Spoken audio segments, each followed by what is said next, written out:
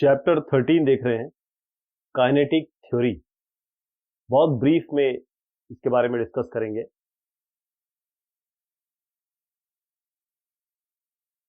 Kinetic theory के बारे में बात कर रहे हैं।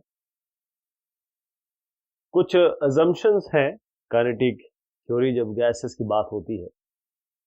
जितने भी गैस हैं उसमें बहुत छोटे छोटे पार्टिकल, बहुत स्मॉल, एक्सट्रीमली स्मॉल कहेंगे इसको। इसमें जो पार्टिकल्स हैं बहुत छोटे छोटे, उनको हम मॉलिक्यूल्स कहते हैं। जो मॉलिक्यूल्स हैं इन गैसेस के वो सारे एक जैसे होते हैं, लेकिन अलग अलग गैसेस के अलग अलग होते हैं। एक गैस के एक जैसे होंगे, अलग अलग गैस के अलग अलग होंगे। जो मॉलिक्यूल है गैस के वो स्फेरिकल शेप माना जाता है, आइडेंटिकल एक जैसे स्फेरिकल शेप के होंगे, इस तरीके से रिजिड होंगे और परफेक्टली इलास्टिक पॉइंट मासेस होंगे। पॉइंट मासेस बिल्कुल पॉइंट जिसका मास हम पता कर सकते हैं, और इनको अगर प्रेशर वगैरह से दबाया जाए तो वापस अपनी पोजीशन पे आ जाएंगे ये, इसलिए परफेक्टली इलास्टिक है, रिजिड बॉडी मोशन को फॉलो करेंगे, स्फेरिकल है, गोलाकार है। उनका जो मॉलिक्यूलर साइज है वो नेग्लिजिबल मान लीजिए। अगर आप इंटरमॉलिक्यूलर डिस्टेंस के बारे में बात करें, मतलब अगर इनके बीच का डिस्टेंस हो और इसका खुद का साइज हो, तो ये खुद का साइज को नेग्लेक्ट हम कर लेंगे डिस्टेंस के, अगर कंपैरिजन करें तो। जो स्पीड है इन गैस मॉलिक्यूल्स की वो जीरो से लेकर इंफिनिटी तक जा सकती है। मतलब बहुत कम से लेकर बिल्कुल शांत से लेकर बहुत बहुत तेज, बहुत इनफाइनाइट नंबर। ये डिस्टेंस मॉलिक्यूल कवर कर रहा है दो टकराव के पहले, इसको हम कहते हैं फ्री पाथ। यानी कि ये इसने यहाँ टकराया, फिर यहाँ जाके इधर टकरा दिया, तो जो दो सक्सेसिव कोलिजन में जो ये डिस्टेंस कवर किया जा रहा है, इसको हम फ्री पाथ कहते हैं। और अगर हम मीन लें, इन सारे फ्री पाथ को जोड़ लें और उनका मीन ले लें, एवरेज ले लें, तो उसे हम कहते हैं मीन फ्री पाथ। जितने ये कोलिजन कर रहा है वॉल्यूम के अनुसार, पर यूनिट वॉल्यूम, पर वॉल्यूम अपने वॉल्यूम के हिसाब से, मतलब जैसे वॉल्यूम 10 है तो कितने कोलिजन हो रहे हैं, वो हमेशा कांस्टेंट रहता है। अट्रैक्टिव या रिपल्सिव फोर्स गैस मॉलिक्यूल के बीच में नहीं लगते, यानी law of attraction, law of repulsion, ये सब इसमें भी हम नहीं काउंट करेंगे। अब ग्रेविटेशनल, क्योंकि ग्रेविटी तो हर जगह लग रही है, कहीं भी जाइए ग्रेविटी लगती है। अब यहाँ पर मास बहुत छोटा है और ग्रेविटी किस पे डिपेंड करती है? ग्रेविटी आपने देखा होगा, जो ग्रेविटेशनल फोर्स है वो डिपेंड करता है मास पे, m1 m2, और डिस्टेंस स्क्वायर पे इनवर्सली प्रोपोर्शनल है। तो यहाँ इनका मास बहुत कम है और स्पीड भी बहुत तेज है, बहुत तेज भाग रहे हैं। तो ग्रेविटेशन थोड़ा सा इसमें हम अभी दरकिनार करेंगे। गैस लॉस, अगर आप गैसेस को आइडियल माने और एक्सपेरिमेंट के थ्रू जो चीज़ एस्टैब्लिश हुई है, जो चीज़ एम्पेरिकली भी या एक्सपेरिमेंटली भी बनाई गई है, रिसर्च में आ गई है, कि जो गैसेस, कोई भी उनका नेचर हो, कोई भी गैस हो, अगर गैस की श्रेणी में आती है तो उनके कुछ लॉज है जिनको फॉलो करती है। गैस कुछ लॉज को फॉलो करती है। एक है आपका बॉयल्स लॉ। बॉयल्स लॉ, अगर टेम्परेचर कांस्टेंट है तो जो वॉल्यूम है वो किसी भी मास का, किसी गिवन मास का, गैस का, वो इनवर्सली प्रोपोर्शनल होगा आपके प्रेशर से। वॉल्यूम होगा इनवर्सली प्रोपोर्शनल आपके किससे? प्रेशर से। यानी कि इस पी को इधर ले जाइए तो पीवी हो जाएगा, पीवी, ये कांस्टेंट, ये जो ये प्रोपोर्शनलिटी इसको कांस्टेंट से रिप्लेस कर देंगे तो पीवी कांस्टेंट हो जाएगा। और पीवी कांस्टेंट है तो चाहे P1 V1 करिए, P2 V2 करिए, सब एक ही वैल्यू रहेगी। तो P1 V1 equal to P2 V2 equal to जितना भी कर लीजिए, Tn Vn। तो जो प्रेशर है और वॉल्यूम है, क्योंकि आप देखिए ये इनवर्सली प्रोपोर्शनल है, एक बढ़ता है, एक बढ़ रहा है तो दूसरा घट रहा है। यहाँ पर ये बढ़ रहा है तो ये घट रहा है, इसीलिए इनवर्सली प्रोपोर्शनल मतलब ये है कि इसका ग्राफ इस तरीके से बनेगा। चार्ल्स लॉ, अगर कांस्टेंट प्रेशर है, प्रेशर को आप कांस्टेंट कर दीजिए, तो जो वॉल्यूम है किसी गिवन मास ऑफ गैस का, तो वॉल्यूम आपका डायरेक्टली प्रोपोर्शनल होगा उसके एब्सोल्यूट टेम्परेचर से। जिससे एब्सोल्यूट टेम्परेचर से, यानी आप कहें कि मैं इसको डायरेक्टली प्रोपोर्शनल को मैं किसी कांस्टेंट से रिप्लेस कर दूं, KT कर देते हैं इसको, तो V बाई टी ये आपका कांस्टेंट हुआ, यानी कि V1 by T1 equal to V2 by T2 equal to VN by TN, ऐसे हो जाएगा। तो कांस्टेंट प्रेशर पे जो वॉल्यूम है किसी गिवन मास का वो बढ़ता है और घटता है कितने से, अगर मान लीजिए 1/273.15 इसके वॉल्यूम के हिसाब से 0 डिग्री पे, तो हर एक डिग्री सेंटीग्रेड राइज या फॉल होता है टेम्परेचर में, ध्यान रखिएगा। जो वॉल्यूम है उस गैस का मान लीजिए T टेम्परेचर पे, तो क्या आएगा, अगर मैं इसको यहाँ लागू करूँ तो VT मतलब किसी T पे जीरो पे 1 प्लस टी बाई 273.15, यहाँ पर ये जो V0 मैं कह रहा हूँ ये वॉल्यूम है गैस का 0 डिग्री सेंटीग्रेड पे, ये वॉल्यूम है गैस का किसी T टेम्परेचर पे, और ये T तथा टेम्परेचर है। तो ये एक रिलेशनशिप है। वैसे चार्ल्स लॉ तो ये है, बाकी और ये भी बनती है। गे-लुसैक्स या फिर आप कहें रेनॉल्ड लॉ। तो कांस्टेंट वॉल्यूम पे जो प्रेशर है किसी गिवन मास का वो डायरेक्टली प्रोपोर्शनल होता है उसके एब्सोल्यूट टेम्परेचर से, या आप कहें P इक्वल टू KT, या कहें P by T equal to constant. अब ये P बाय T आ गया तो P1 बाय P2 हो सकता है, ये P1 बाय PK बाय या PN बाय TN हो सकता है। तो कहने का मतलब P डायरेक्टली प्रोपोर्शनल है T से, राइट। तो आप कहें अब कि जो प्रेशर की बात हो रही है तो P बाई T आप कह रहे हैं कांस्टेंट है, इसका मतलब ये है कि आपका P1 by T1 equal to P2 by T2।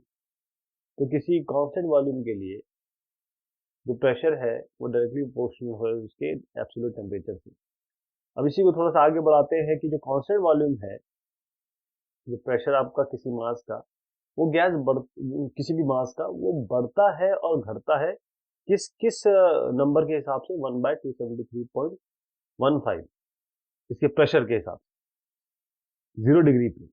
हर एक डिग्री राइज बढ़ता है या घटता है, अगर 1 डिग्री टेम्परेचर राइज या फॉल होता है तो इतना बढ़ेगा या घटेगा क्या, प्रेशर एक कांस्टेंट वॉल्यूम पे।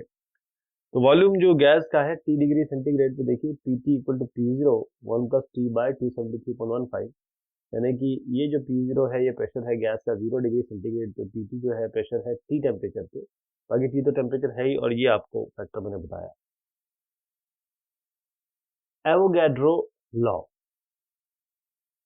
एवोगैड्रो लॉ ये बताता है कि अगर बराबर वॉल्यूम है सारे गैसेस का और कंडीशन भी सेम है, जैसे आप टेम्परेचर ले लें या प्रेशर ले लें, अगर ये सारी चीज़ें सेम है तो उनमें जो मॉलिक्यूल्स होंगे अगर उनको गिना जाए तो बराबर होंगे, उनमें इक्वल नंबर ऑफ मॉलिक्यूल्स होंगे।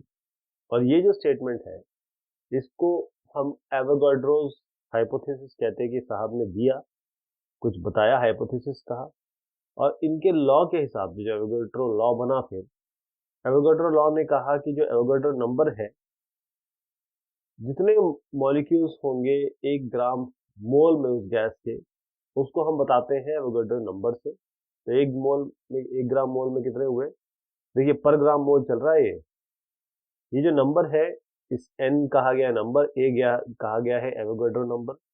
6.023 इंटू 10⁻23 ये आपका एवोगैड्रो नंबर हुआ।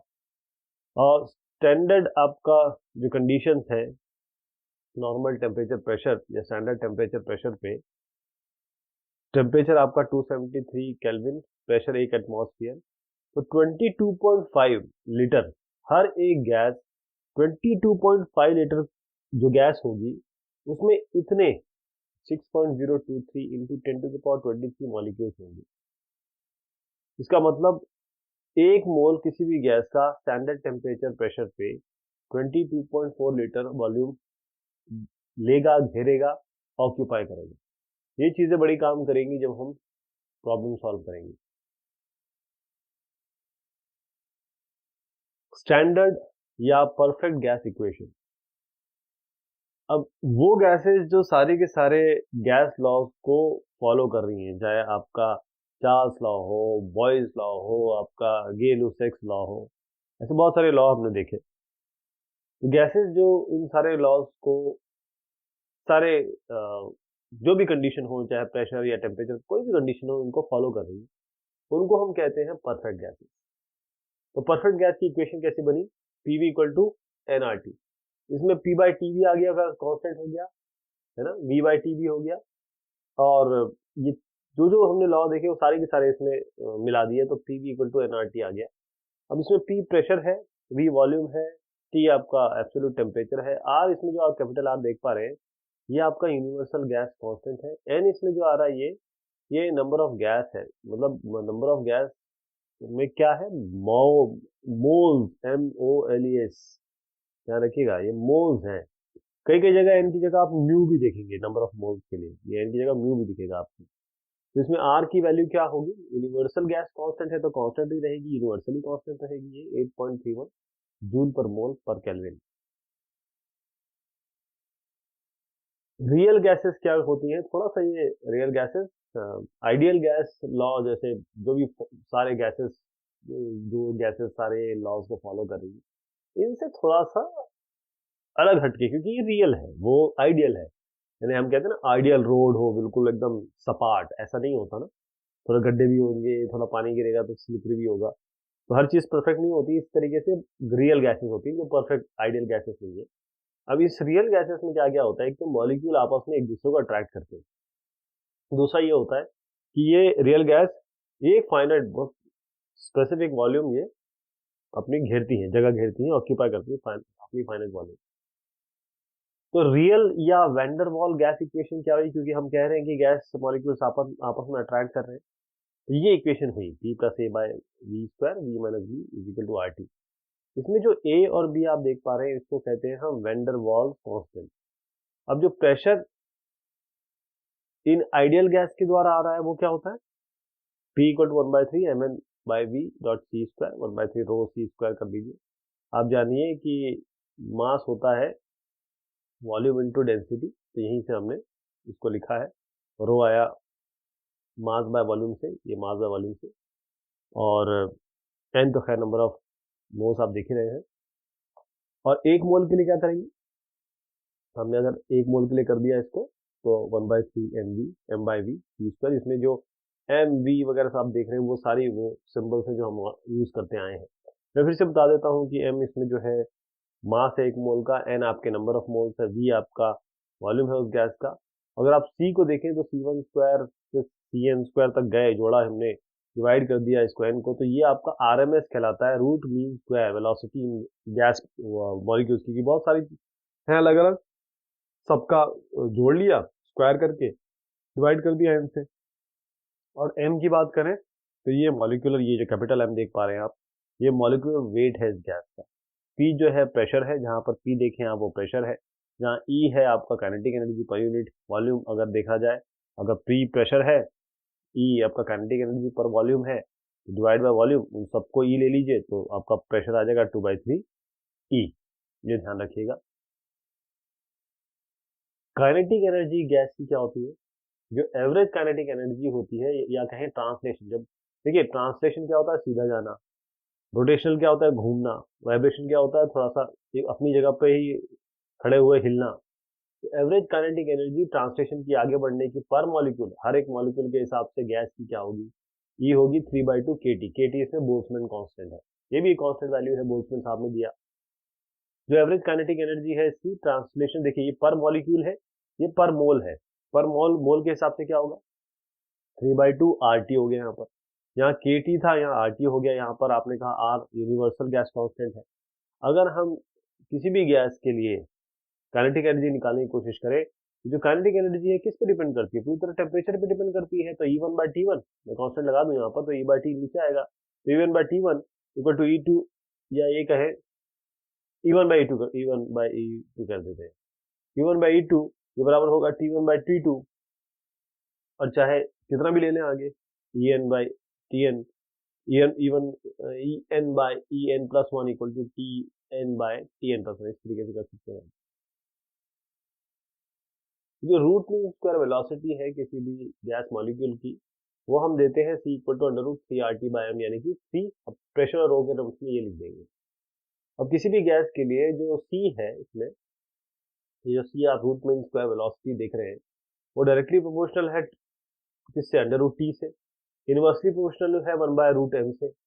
अब बोल्ट्जमैन कांस्टेंट क्या होता है, k equal to r by n, है ना, r बाय n। अब देखिए आप यहीं से समझ गए होंगे कि जब हमने कहा यहाँ बोल्ट्जमैन कांस्टेंट है, अगर हमने कहा इसको पर मोल, तो अगर हमने जैसे ही इसको पर मोल कहा तो हमने कहा कि ये जो है ये आर में तब्दील हो गया, ये यहीं पे हुआ है। देखिए जो के है वो आर बाय एन के बराबर है। कैसे रिलेशन है, यहाँ पर एक बोल्ट्जमैन कांस्टेंट है, एक आर आपका आइडियल गैस कांस्टेंट है, एन आपका एवोगाड्रो कांस्टेंट है।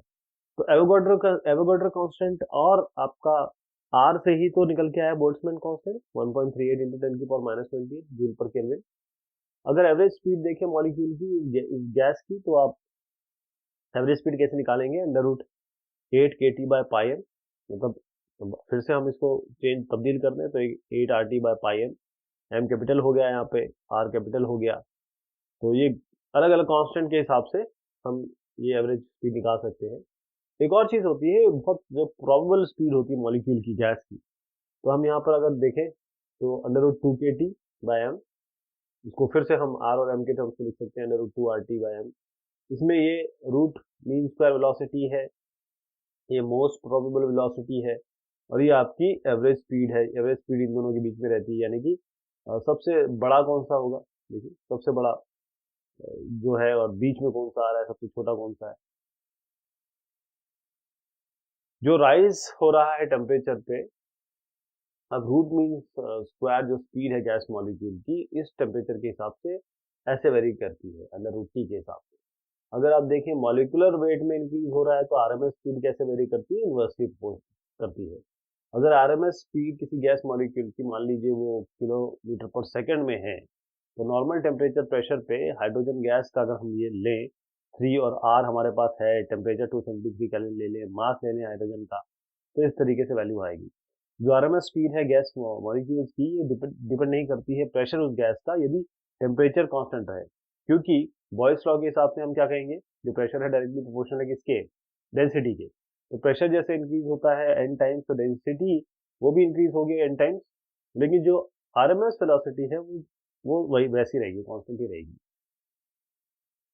Degree of freedom, degree of freedom किसी भी एक डायनेमिक सिस्टम जो बिल्कुल डायनेमिसिटी में है, और डिग्री ऑफ फ्रीडम वो क्या होता है, वो होता है कितने डायरेक्शंस, इस डायरेक्शन, इस डायरेक्शन, इस डायरेक्शन, और वो इसको आप पूरे केवल 2D में मत मानिए, किसी भी जगह वो मूव कर सकता है। तो जिस भी डायरेक्शन में ये फ्रीली मूव कर सकता है, या ये कहें कि कितने कोऑर्डिनेट जरूरत हमको पड़ेंगे ताकि हम, मैं कह रहा हूँ ना 3D हो, 4D हो, ND हो, तो कितने हमको कोऑर्डिनेट की जरूरत पड़ेगी ताकि हम उसकी पोजीशन या कॉन्फ़िगरेशन को स्पेसिफिकली बता सकें, डिस्क्राइब कर सकें, उसे हम कहते हैं डिग्री ऑफ फ्रीडम। इसको हम कैपिटल एन से बताते हैं डिग्री ऑफ फ्रीडम किसी भी सिस्टम की। आप एन या एफ से लिख सकते हैं 3a माइनस आर। ए इसमें क्या हो गया, ए है कितने पार्टिकल है सिस्टम में, और आर है आपके कितने आपके इंडिपेंडेंट रिलेशनशिप बनेंगे, क्योंकि उसी से हम ये बता पाएंगे कि कितने कोऑर्डिनेट हमारे होंगे। डिग्री ऑफ फ्रीडम मान लीजिए मोनो एटॉमिक गैस है जिसमें एक ही एटॉमिक से जो फॉर्मूला होगा एक ही एटॉम से बन जाएगा। 3 डायटोमिक गैस जैसे O2 हो गया, N2 हो गया, 5 हो गए नॉन लीनियर ट्राइटोमिक गैस, 6 हो गए लीनियर ट्राइटोमिक गैस, 7 हो गए, ये सारे डिग्री ऑफ फ्रीडम हो गई। स्पेसिफिक हीट अगर गैस की देखें तो एक CV है, एक CP है, इसमें जो V आप देख पा रहे हैं सब V, सब स्क्रिप्ट लगाया है मैंने। तो C specific heat constant volume पे, C specific heat constant pressure पे, ये होता है F/2R, ये होता है F/2 + 1R।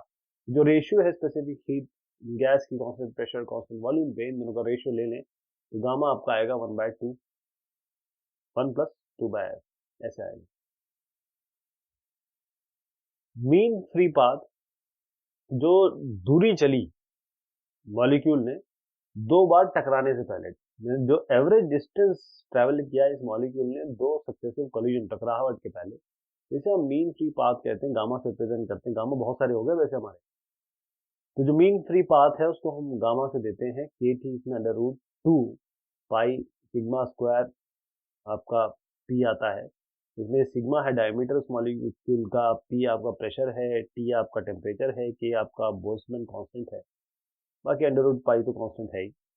तो जो मीन फ्री पाथ है यहाँ पर देखिए ये किससे रिलेटेड है, एक तो डायरेक्टली प्रोपोर्शनल है टी से और इनवर्सली प्रोपोर्शनल है प्रेशर से, तो इतना ध्यान रखना है आपको।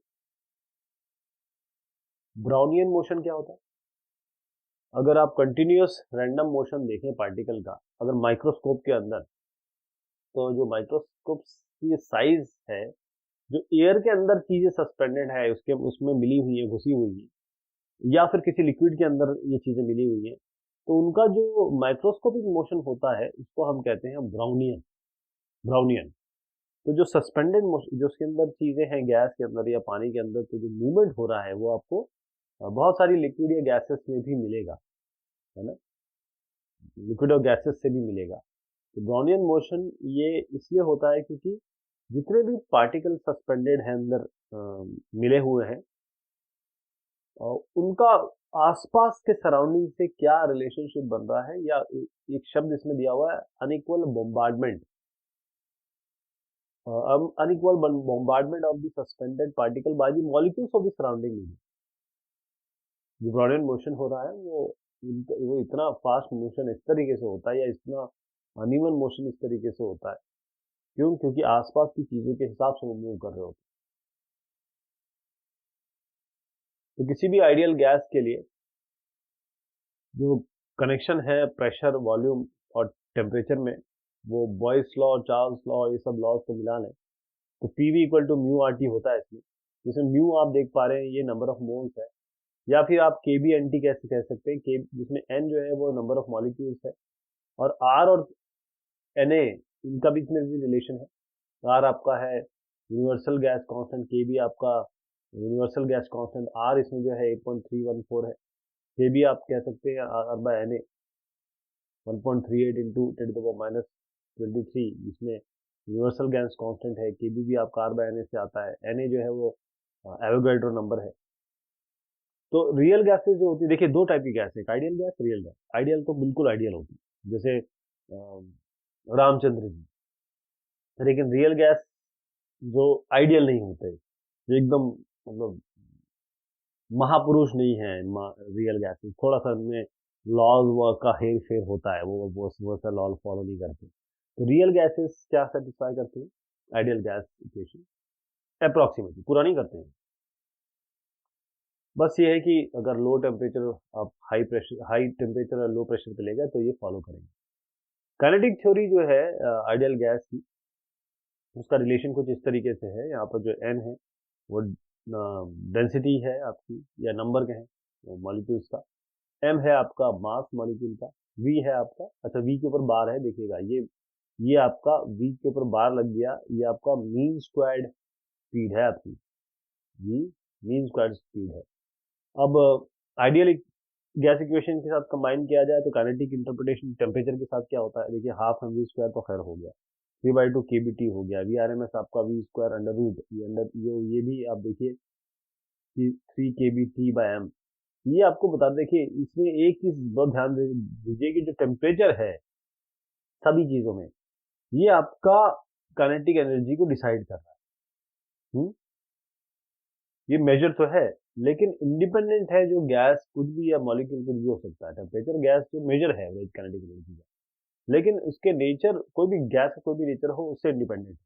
अगर मिक्सचर दे दें गैस का किसी टेम्परेचर पे, तो जो हैवी मॉलिक्यूल होगा उसका सबसे कम एवरेज स्पीड होगा। ट्रांसलेशन एनर्जी की बात करें, ई 3/2 के बी एन टी, और यही रिलेशनशिप बन जाता है पीवी 2/3 ई। इक्विपार्टीशन का लॉ अगर हम देखें, जिसे हम लॉ ऑफ इक्विपार्टीशन कहते हैं एनर्जी स्टेट का, कि यदि कोई एक स्टेट, कोई भी एक सिस्टम इक्विलिब्रियम में है टेम्परेचर टी पे, तो जो उसके अंदर एनर्जी होगी, पूरी एनर्जी होगी, टोटल एनर्जी, वो पूरी तरीके से डिस्ट्रीब्यूट हो जाती है अलग अलग एनर्जी मोड्स के एब्जॉर्प्शन मोड्स में। तो जो एनर्जी है हर एक मोड में वो किसके बराबर हो जाएगी, हाफ के बी टी। जितना ट्रांसलेशन हो, रोटेशनल डिग्री ऑफ फ्रीडम हो, ये सारे के सारे एक एनर्जी मोड के एब्जॉर्प्शन को करस्पॉन्ड करते हैं, और उनकी भी एनर्जी क्या होगी, हाफ के बी टी, सबकी यही होगी हाफ के बी टी। तो हर एक जो वाइब्रेशनल फ्रिक्वेंसी है उसके दो मोड होते हैं, क्योंकि इसमें काइनेटिक और पोटेंशियल होगी। तो यहाँ पर ट्वाइस कर दीजिए, इसी को ट्वाइस कर दीजिए, हाफ इंटू के बी टी, तो ये के बी के बी जब भी बोल रहा हूँ के सब भी है, ये बोल्ट्जमैन कांस्टेंट है, के बी इंटू टी हो जाएगा।